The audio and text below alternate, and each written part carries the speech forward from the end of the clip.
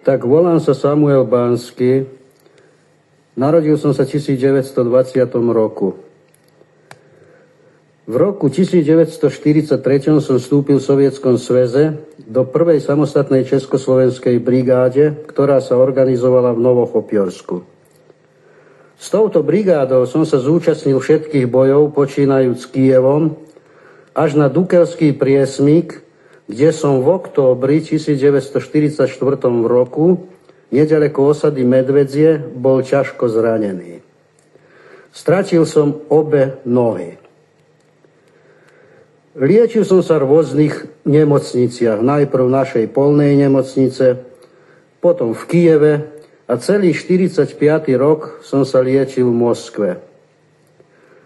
Z Moskvy v novembri 1945 roku ma previezli príležitostným lietadlom do Prahy, do vojenskej nemocnice na Strešovice.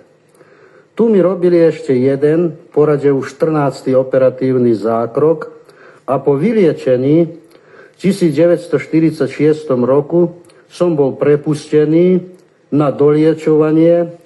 Doliečoval som sa v rôznych vojenských zdravotných zariadeniach, ako Tepliciach, Ušanova a podobne.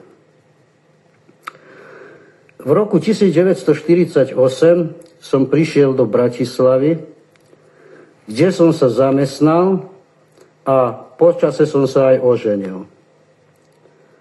Spolu s manželkou sme vychovali 7 detí, 5 chlapcov a 2 dievčence. Najstarší Jan je poľnohospodársky inžinier, dcérka Zuzana zakončila poľnohospodársku strednú školu, Stanislav je robotník, Martin končí vysokú vojenskú školu, Vladimír je vyučený nástrojár, Samuel tento rok maturoval a Betka zakončila 6. triedu ľudovej školy.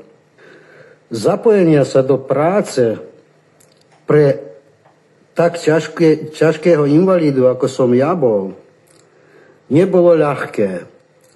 Veď vtedy, keď mi otrhlo obe dve nohy v Dukelskom priesmiku, som mal len 24 rokov. A nie len, že som trpel telesne, ale malo to vplyv aj duševný.